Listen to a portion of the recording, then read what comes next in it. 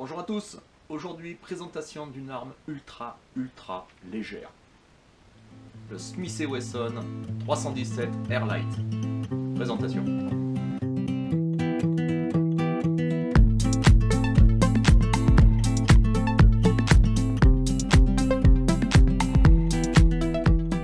Alors ce petit revolver, il a quelque chose vraiment d'extraordinaire.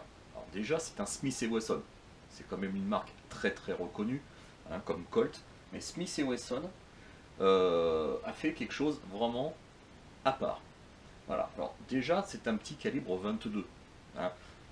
Déjà par la munition, c'est une munition légère. Alors, ce modèle-là, c'est le modèle Airlight ou Kit Gun, si vous le trouvez sur une autre dénomination. Il a vraiment quelque chose d'extraordinaire. Cette arme, c'est son poids. Il pèse 330 grammes. 330 grammes, c'est l'équivalent de 2 boîtes de 22. Alors pourquoi faire aussi léger? Alors il faut se mettre dans le contexte américain. Les Américains et les armes, c'est lié. Voilà. Conquête de l'Ouest, voilà. Le deuxième amendement autorise les Américains à posséder des armes. Ils n'ont pas les mêmes problèmes que nous en France. Eux, ils ont le droit au port d'armes, suivant les États où ils habitent bien sûr, mais voilà, ils n'ont pas ce problème-là.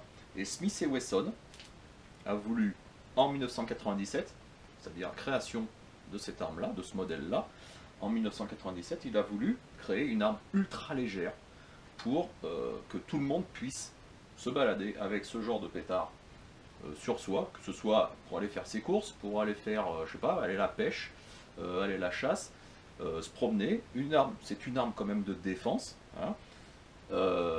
Voilà, donc ils ont voulu une arme ultra légère pour pouvoir la transporter partout, tout simplement. Alors, si on veut un petit peu comparer les différences qu'il y a, par exemple, hein, entre mon 357 et celui-là, vous voyez quand même la différence de taille. Entre mon revolver espagnol et celui-là, le revolver espagnol est nettement plus lourd parce que celui-là pèse quand même 900 grammes, 300 grammes. Et trois fois celui-là, quoi. Hein, voilà les comparaisons. Alors, comment Smith & Wesson a fait pour avoir un revolver aussi léger? Ben, tout simplement, il a viré tout ce qui était superflu, c'est-à-dire acier, et a transformé ça en aluminium. Voilà. Donc, ce revolver est quasiment entièrement en aluminium.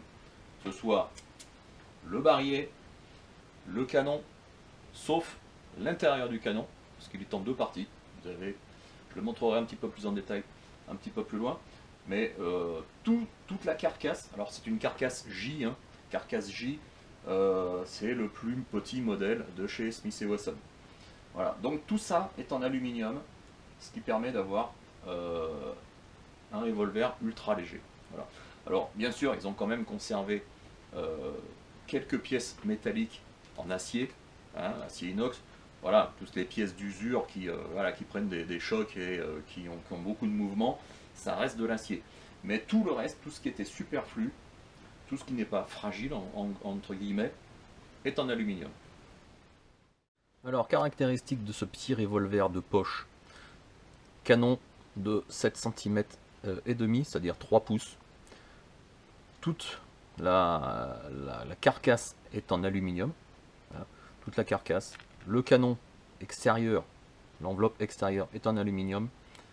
Le barillet est en aluminium.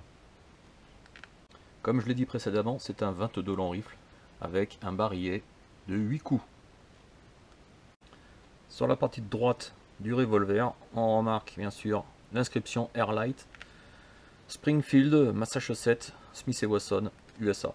Et bien sûr, traditionnellement, le calibre qui est indiqué sur le canon, ainsi. Voilà, donc 22 long rifle.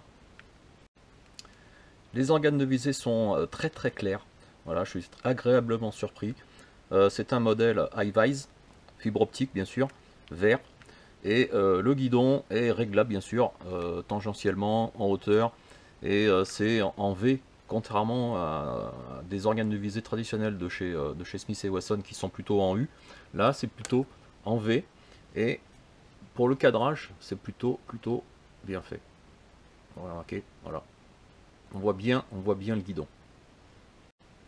Côté gauche de l'arme, l'inscription Smith & Wesson, différents petits poinçons, normes SIP, les poinçons de SIP, l'année de fabrication, celui-là est fabriqué en 2012, et bien sûr le sigle traditionnel de chez Smith & Wesson. Côté canon, on remarque bien sûr qu'il est tout en aluminium, et l'intérieur par contre lui est bien en acier. On remarque ici comme une bague, alors non, c'est pas une bague, hein, c'est carrément tout le tube à l'intérieur avec les rayures qui sont en acier inox bien sûr. Comme tous les revolvers, l'action on pousse et on ouvre. Voilà, chez Colt c'est je crois en arrière, là c'est en avant. Barillet 8 coups, et bien sûr la tige d'extraction est en acier, voilà, c'est pas d'aluminium cette fois-ci, ça reste en acier, toute la couronne à l'intérieur est en acier, ce qui est gage de solidité tout simplement. Alors bien sûr c'est une arme qui est en simple et double action. Simple action, on arme le chien et on appuie sur la détente. Double action, on appuie sur la détente, ça arme le chien et le coup part.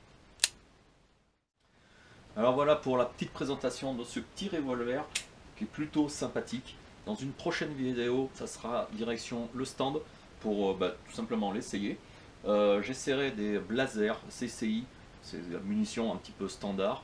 Et j'essaierai aussi de tester des 22 courtes avec. On va voir si ça fonctionne. Le 22 court, ça aurait été un pistolet, le réarmement n'aurait pas été possible. Voilà, pas assez de pression. Ce qui n'est pas du tout le cas avec un revolver évidemment. Donc, à suivre. Ciao.